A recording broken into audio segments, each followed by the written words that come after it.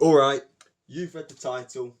Let's get going into this quadratic equation factorising video. So this should be the harder one. So if we start with 7x squared plus 8x plus 1. Now, you could just try to easily factorise this through, say, not factorise it, solve it through the quadratic formula, but it's not asking us to solve this. It's asking us to factorise this. We know this because there's no equals 0 at the end. If that was the case, we could use the quadratic formula, which if you're watching this, you may not know yet, but if you're watching this from a GCSE standpoint, you may know. But for now, let's just ignore that. So the way we want to start this is we want to find the factors of the A and C terms. So that's this term and this term.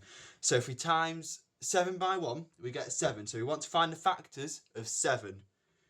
As we know, 7 is a prime number, so its only factors can be 1 and 7.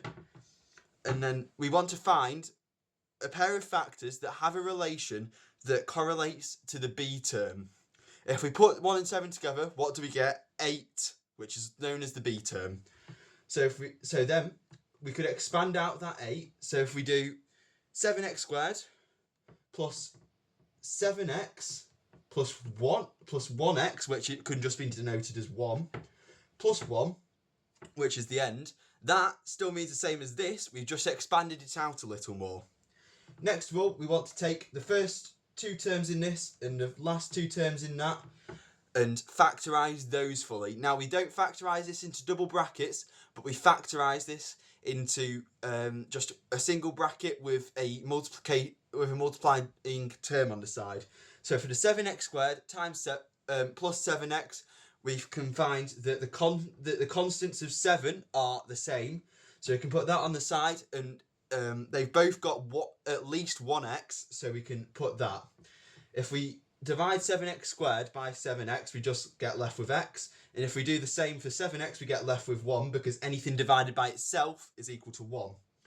Now let's do the same over here. So how can we factorise this? We need to remember that x is the same as 1x. So we could take 1 out of that equation, out of that little bracket. That would still leave us with x plus 1.